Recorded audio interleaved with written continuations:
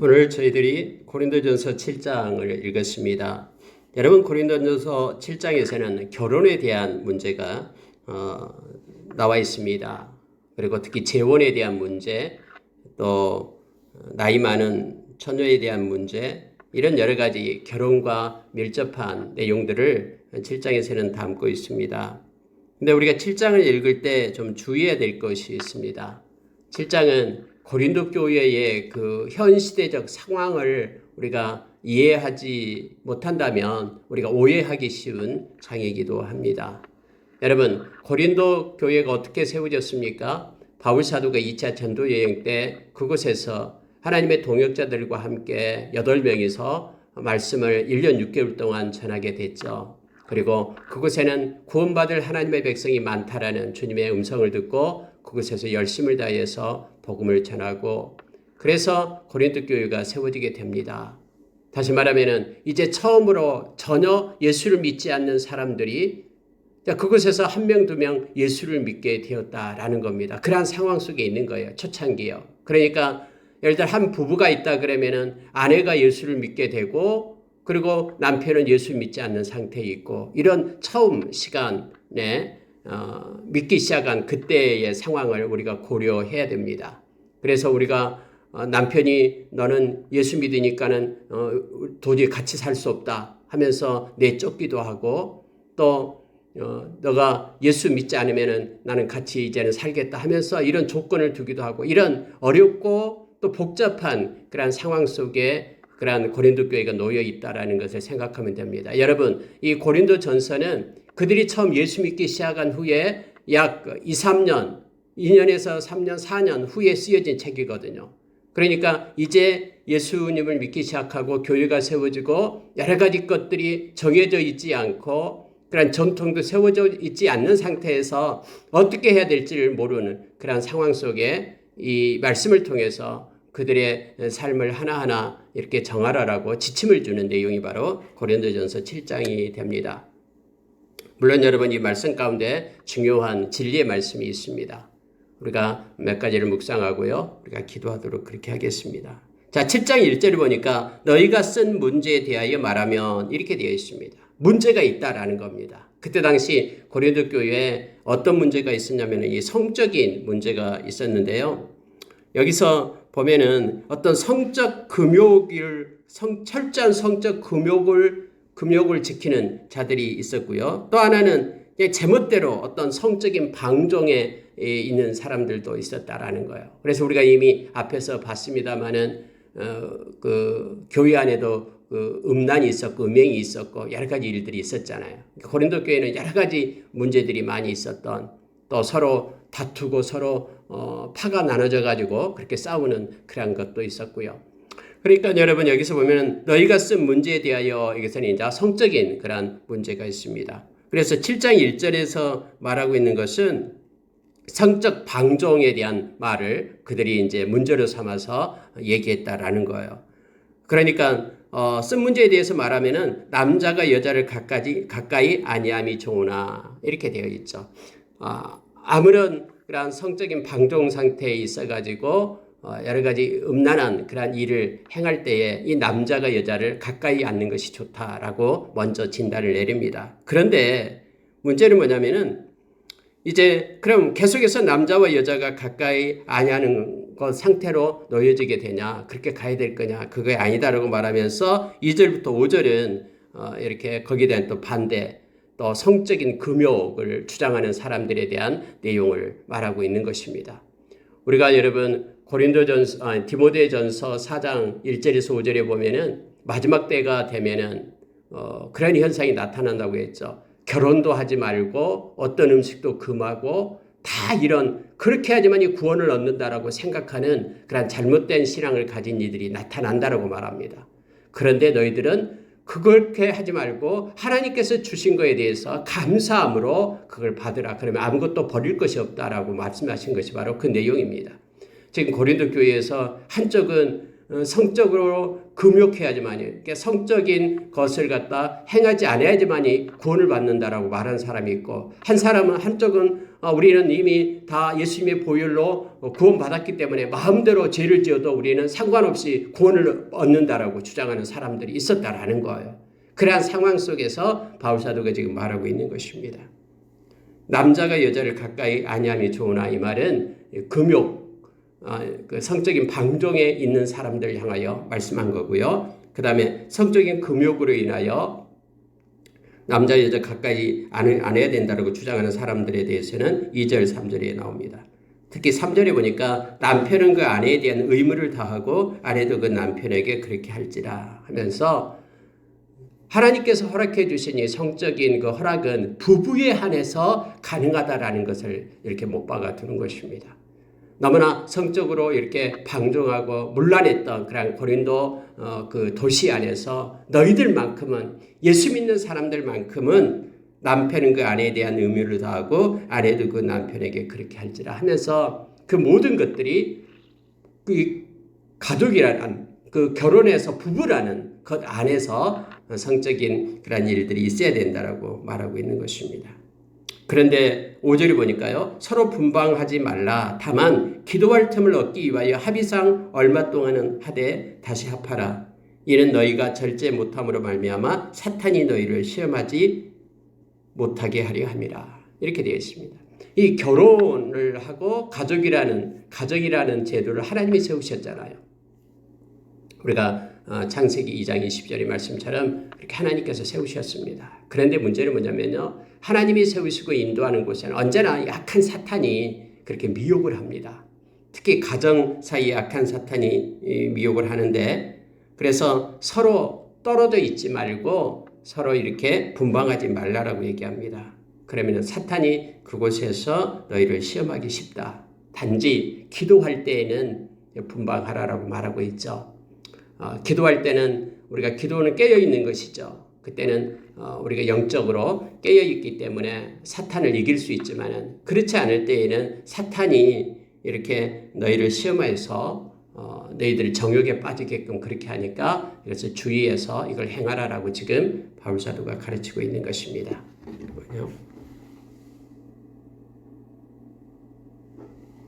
마이크가 좀 하울링이 나서. 자, 그런데요, 바울 사도는 이렇게 말합니다.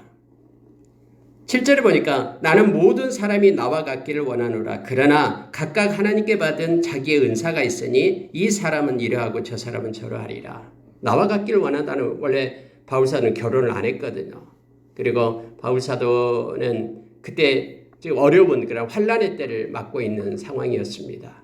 예수 믿는 사람을 잡아서 가다 죽이고 힘들게 핍박하고 하는 때, 그때 바울 사도는 예수 믿고 이렇게 말씀을 전하는 사역자들은 나와 같기를 원한다 해서 말하지만, 그러나 하나님께 받은 자기의 은사가 있으니 이 사람은 이러하고 저 사람은 저러하리라 해서 하나님이 주신 걸 가지고 행하라라는 거예요. 여러분, 독신으로 살고 또 결혼하지 않고 사는 것, 하나님께서 주신 은사가 없을 때는 그것이 어렵습니다.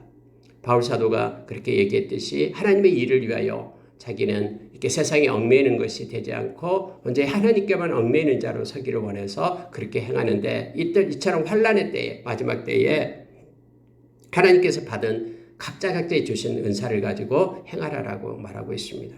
그래서 7장 전체에서 보면요, 결혼을 하고 결혼을 하지 않고는 아무런 그것이 문제가 되지 않는다라고 우리에게 가르쳐 줍니다. 다만 결혼을 하든 결혼을 하지 않든 우리는 사람에게 얽매인 자가 아니라 하나님께 얽매이고 하나님께 영광을 돌리는 그런 삶을 살아야 됨을, 죄짓지 않는 삶을 살아야 됨을 지금 성경은 가르쳐주고 있습니다.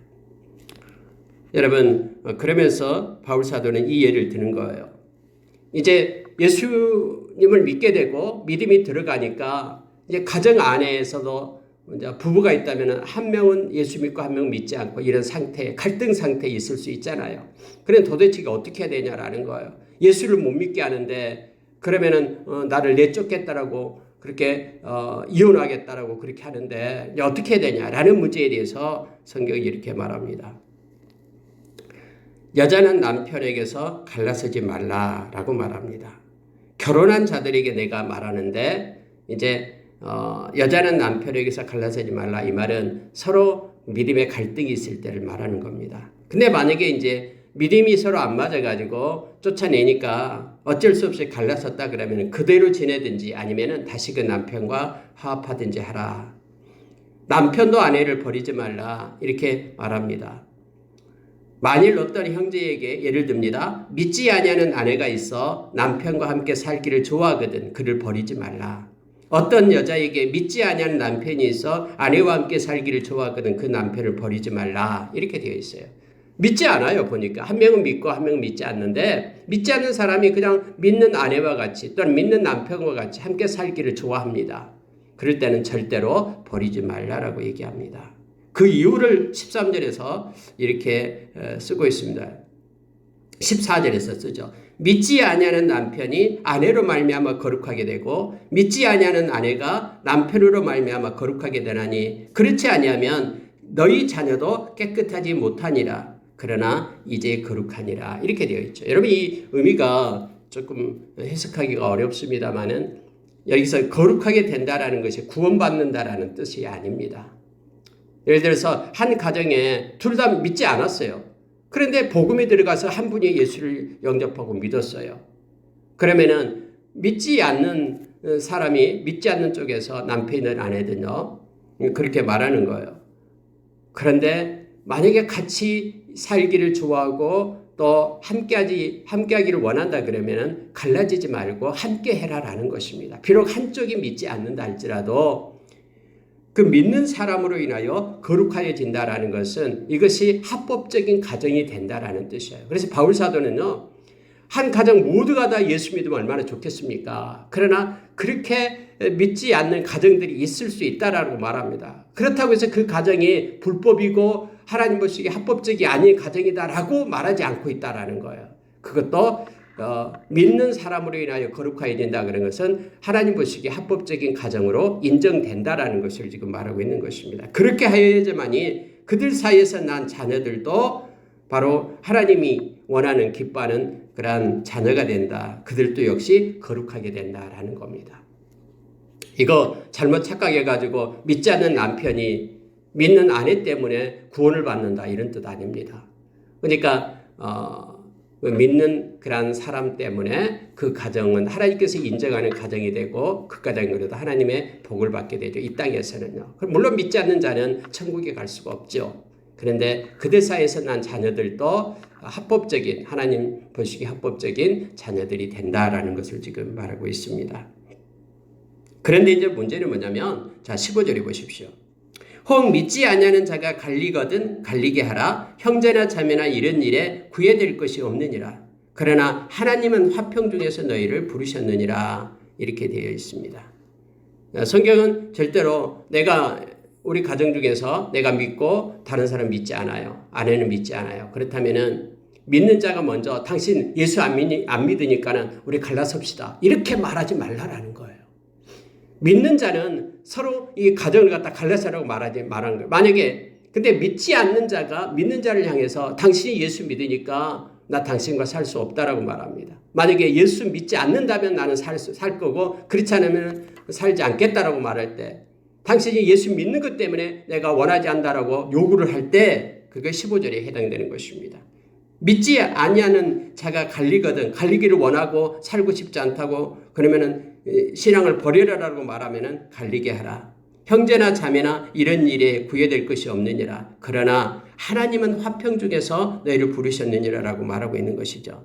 바울은 믿지 않는 배우자가 남편 혹은 아내의 신앙을 문제 삼아서 먼저 갈라설 것을 요구할 경우에 그것을 받아들일 수 있음을 지금 말하고 있습니다. 그렇지만은 주의해야 될 것이 뭐냐면은 믿는 자가 믿지 않는 배우자에게 먼저 갈라서자고 요구해서는 안 되고 또한 믿지 않는 자가 신앙을 이유로 갈라설 것을 요구할 때 믿는 자는 자신의 신앙을 포기하고 믿지 않는 배우자를 떠나서는 안 된다라는 것을 두 가지로 말하고 있는 것입니다. 그러니까 신앙이 더 우선임을 말하고 있어요.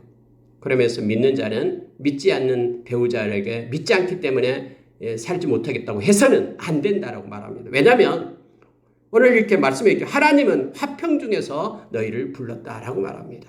하나님께서 그렇게 너희를 세운 이유가 있다라고 말하는 거예요. 하나님께서 화평 중에서 너희를 불렀기 때문에 최대한 화해를 도모하면서 하나님은 우리가 될 수 있는 한 부부간의 평강을 누리도록 화평 중에서 우리를 부부로 세웠다라는 것을 기억을 해야 됩니다.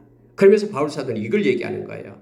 아내된 자여 하면서 네가 남편을 구원할는지 어찌할 수 있으며 남편된 자여 네가 내 아내를 구원할는지 어찌할 수 있으리요. 이걸 하는 거예요.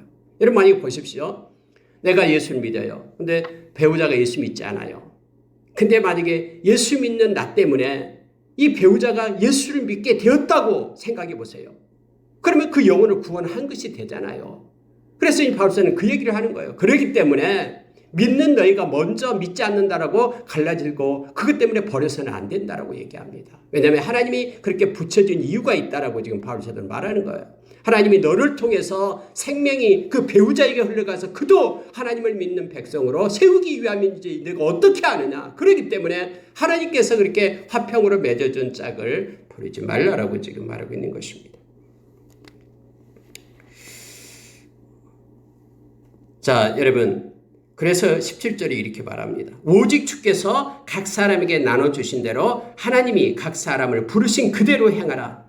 내가 모든 교회에서 이와 같이 명하노라 하면서 바울사도는 하나님께서 세우신 그 자리에서 하나님의 뜻을 가지고 묵묵히 설 것을 요청하고 있습니다.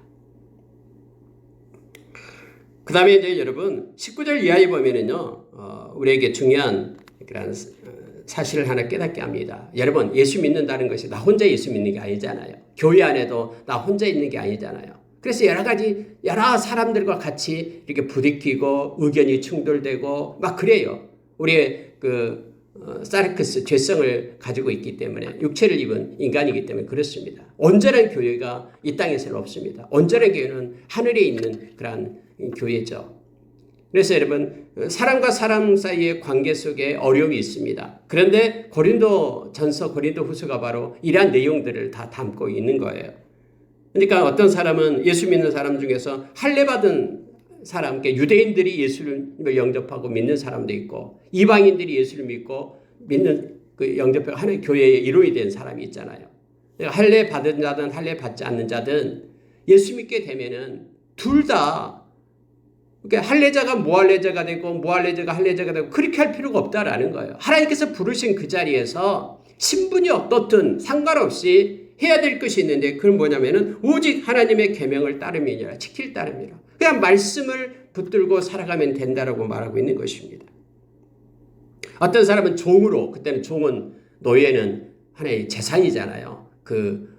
주인의 재산입니다. 종으로 있는데 그 사람이 예수를 믿었어요. 어떤 사람은 주인인데 예수를 믿었어요. 자유한 자인데. 그런데 이것도 역시 그렇다고 해서 내가 종인데 예수 믿었기 때문에 이제는 나 종노릇하네 하면서 집을 떠나고 뭐 주인처럼 행세하고 그렇게 하지 말라라는 거예요. 어떤 신분에 있든 어떤 처지에 있든 또 어떤 인종이든 간에 예수를 믿었으면 하나님의 자녀가 된다고 말합니다. 그럼 하나님의 자녀된 자는 해야 될 일이 있는데 뭐냐면 말씀을 순종하는 삶을 살아야 된다라고 지금 바울사도는 말하고 있는 거예요. 자, 여러분. 근데 21절에 보면요. 네가 종으로 있을 때에 부르심을 받았느냐? 염려하지 말라. 그러나 네가 자유롭게 될 수 있거든 그것을 이용해라. 주 안에서 부르심을 받은 자는 종이라도 주께 속한 자유인이요. 또 그와 같이 자유인으로 있을 때에 부르심을 받은 자는 그리스도의 종이니라. 너희는 값으로 사신 것이니 사람들의 종이 되지 말라. 형제들아 너희는 각각 부르심을 받은 그대로 하나님과 함께 거하라. 이거예요. 내가 부르심을 받고 예수를 믿었다고 해서 막 사회를 막 뒤엎고 변혁하고 이걸 막 해방시키고 이렇게 만들지 말라라고 말합니다. 오늘 이렇게 돼 있잖아요. 너희는 각각 부르심을 받은 그대로 하나님과 함께 거하라 라고 말합니다. 왜냐하면 우리가 예수를 믿는 것은요 하나님의 나라 백성이 되는 것이잖아요. 그런데 하나님의 나라는 이 세상의 나라가 아니다라고 우리 주님이 말씀했잖아요. 영원한 하나님의 나라의 백성이 된 것입니다. 바울사도는 이걸 너무나 잘 알고 있었죠. 그래서 바울사도는 오네시모를 감옥에서 만나잖아요. 그는 종이었잖아요. 빌레몬의 종이었는데 마치 빌레몬에게 그렇게 말합니다. 형제처럼 그를 영접하라라고 말하고 있잖아요. 그러니까 주 안에서 어떤 신분이든 예수 믿는 사람은 그를 존귀한 자로, 보배로운 자로, 오늘 말씀처럼 너희는 값으로 사신 것이니 예수님의 핏값으로 사신 자들이에요. 그렇기 때문에 사람의 종이 되지 말고 하나님의 종으로 살아라고 말합니다. 세상에서는 어떤 신분, 종이든 또 사원이든 어떤 사장이든 주인이든 뭐 이런 여러 가지 신분들이 있지만은 모두가 다 그 상태에서 예수를 믿게 될 때 하나님의 말씀을 따르는 자들이 되고 모두가 다 하나님의 종이 되고 하나님 앞에서 자유로운 하나님의 자녀가 되기 때문에 서로를 섬기며 소중히 여기라라고 말하고 있습니다. 그래서 여러분 여기서 우리가 한 가지 기억해야 될 것이 있습니다. 예수를 믿을 때에 우리가 처한 환경이 있죠. 그럼 이 환경에 대한 우리의 자세에 더욱더 관심을 가져야 된다라고 말하고 있습니다. 환경의 변화가 꼭 필요한 것은 아니다라고 말합니다. 그렇지만은 오늘 오히려 환경을 자신에게 맞출 수 있기 때문이다라고 말하지만은 그러나 환경을 개선시킬 수 있는 기회가 있다면은 그것을 잘 활용해야 될 것을 성경은 가르쳐주고 있는 거예요. 오늘 이게 말씀해주고 있는 내용이 바로 그겁니다. 자, 종입니다. 노예예요. 그가 예수를 믿었어요. 근데 네가 자유롭게 될 수 있거든 그것을 이용해라 라고 성경은 말하고 있습니다. 종인데 종의 신분이죠. 그럼 영원히 종으로만 그러면 살아야 됩니까? 근데 그런 환경의 변화를 할 수 있거든 그것을 기회를 삼아서 그 종의 신분에서 떠날 수 있는 환경을 변화시킬 수 있는 것도 할 수 있으면 해라라고 말합니다. 그러나 할 수 없다고 해도 그런 종이라는 신분에서 떠날 수 없다고 해도 너는 주께 속한 자유인이다. 그랬더니 영적 자유를 가지고 기쁨으로 살아갈 것을 요청합니다. 여러분 어떤 사람들이 그런 사람들이 있어요. 예수를 믿었어요. 똑같이. 그런데 자기의 형편과 처지를 보면서 아니 저 사람은 예수 믿는 사람은 저렇게 잘 먹고 잘 살고 형편이 그런데 나는 이게 뭐냐 이렇게 초라하고 보잘것없고 돈도 없고 하면서 그것 때문에 우울감 속에 빠진 사람들이 있어요. 그러나 성경은 그렇게 하지 말라라는 거예요. 그러한 어려운 환경 속에서도 하나님의 은혜를 베풀어서 생명을 주신 하나님의 백성이 되었다라는 사실 때문에 기뻐하고 하나님께 영광 돌리라라고 말합니다. 여러분 야고보서 1장이 바로 그 내용이에요. 부한 자는 자기의 낮아짐을 자랑하라 라는 거예요. 가난한 자는 자기의 높아짐을 자랑하라. 그렇게 말하면서 어떤 처지에서 예수를 믿든 간에 감사와 기쁨으로 살 것을 말해주고 있습니다. 우리가 생각하고 믿음으로 우리의 삶을 보기 나름입니다. 만약에 누군가하고 비교하게 된다면 늘 우리는 불평하고 원망할 수밖에 없습니다. 그러나 우리는 주 안에서 자유인이다 라고 종들은 생각하고 또 자유인들은 우리는 하나님의 종이다. 그래서 우리는 하나님의 뜻에 매여 있는 자가 된다라고 스스로 생각해서 겸손하고 또 여기는 우울감에 또 열등감에 빠지지 않고 하나님의 자녀라는 그러한 자존심을 가지고 하나님께 영광 돌리는 자로 살 것을 지금 바울 사도는 가르치고 있는 것입니다. 우리가 예수 믿을 때 주어진 그러한 환경이나 여건, 신분 어떤 것들 그것을 갖다 예수 믿음으로 바꿔야 된다고 말하고 있지 않습니다. 바꿀 수 있는 기회가 있으면 바꾼 것도 좋다라고 말하지만은 그러나 그러한 환경 속에 있다 할지라도 우리는 영원한 하나님의 나라의 백성으로서 우리가 기쁨으로 감사로 살아갈 것을 요청해 주고 있습니다. 여러분 28절에 보면은요. 장가가도 죄 짓는 것이 아니요 처녀가 시집가도 죄 짓는 것이 아니로되 이런 이들은 육신에 고난이 있으리니 나는 너희를 아끼노라 해서 우리가 결혼을 하고 하는 것들 모든 것들은 이와 죄와는 연관이 없습니다. 그러나 이때 환난의 때에 이러한 일이 있게 될 때는 그들 사이에는 고난이 있다라고 말합니다.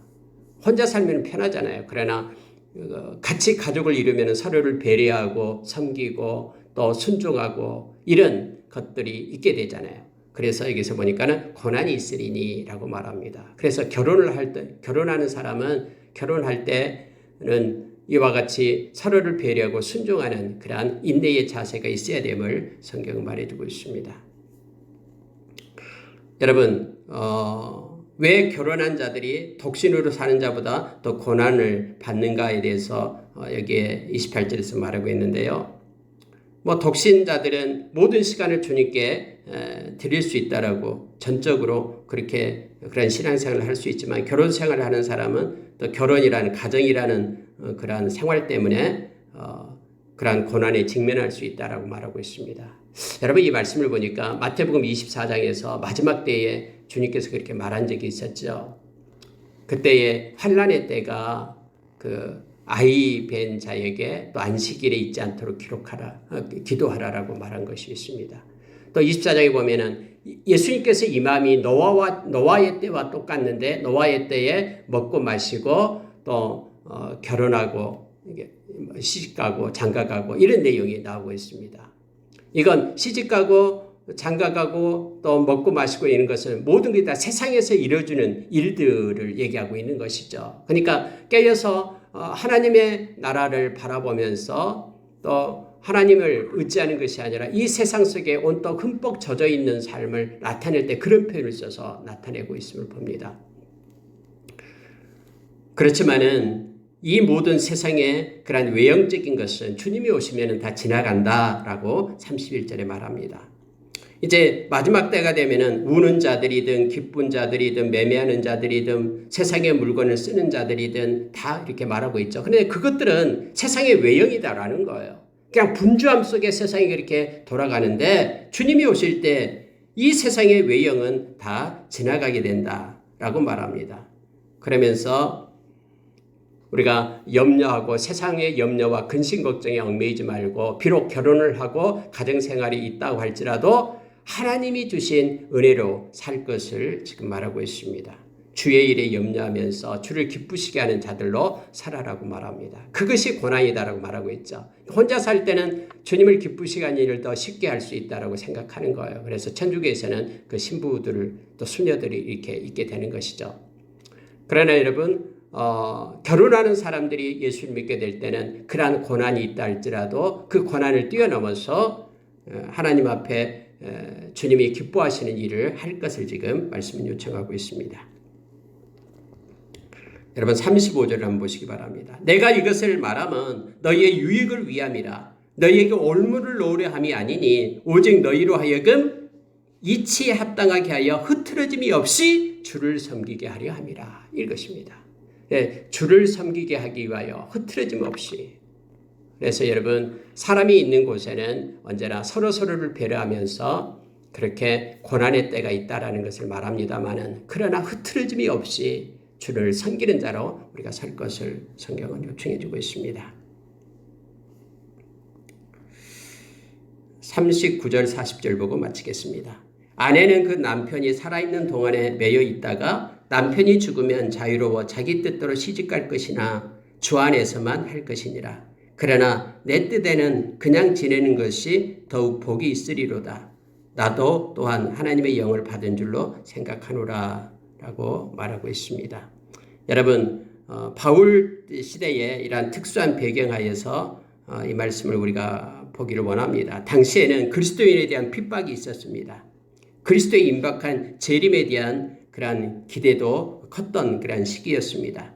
교회가 맡은 선교의 막중한 그러한 사명도 그때 당시에는 크게 부각되어 있는 상태였습니다. 그럴 때에 막 세상에 여러 가지 일 때문에 힘들어하고 염려하고 막 그렇게 하지 말고 주님의 일에 힘쓰는 자가 되기 위해서 혹시 이제 결혼하지 아니한 자들 그러니까 남편이 죽고 과부로 있는 그들 막 결혼하려고 힘쓰지 말고 또 있는 그대로 있으면서 하나님께 이렇게 봉사하며 하나님의 뜻을 가지고 사는 자들로 살아라고 바울은 지금 권면하고 있는 것입니다. 그러나 요즘 시대와는 시대적인 상황이 좀 다르다라는 것을 우리가 이 말씀 속에서 기억하면서 그 중심을 그 중심 메시지를 찾기를 원합니다. 그게 뭐냐면 흐트러짐 없이 우리가 어떤 상황에서든지 주를 섬기는 자가 될 것을 요청하고 있습니다.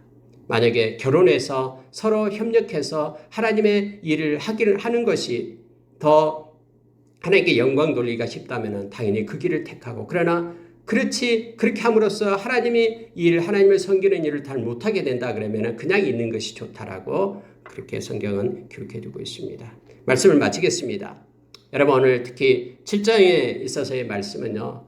이것이 옳다, 이것이 그러다라는 내용이 없습니다. 결혼하는 자도 잘하는 것이고 결혼하지 않는 자도 주를 위한 것이라면 잘하는 것이다라고 말하고 있습니다. 단지 우리가 모두가 다 어떤 형편에 있든 하나님의 말씀을 끝까지 붙잡고 믿음으로 끝까지 승리할 것을 성경은 말해주고 있습니다. 흔들림이 없이 주님께 더 가까이 나가며 주를 섬기며 주께 영광 돌리는 삶을 살 것을 말해주고 있습니다. 기도하겠습니다.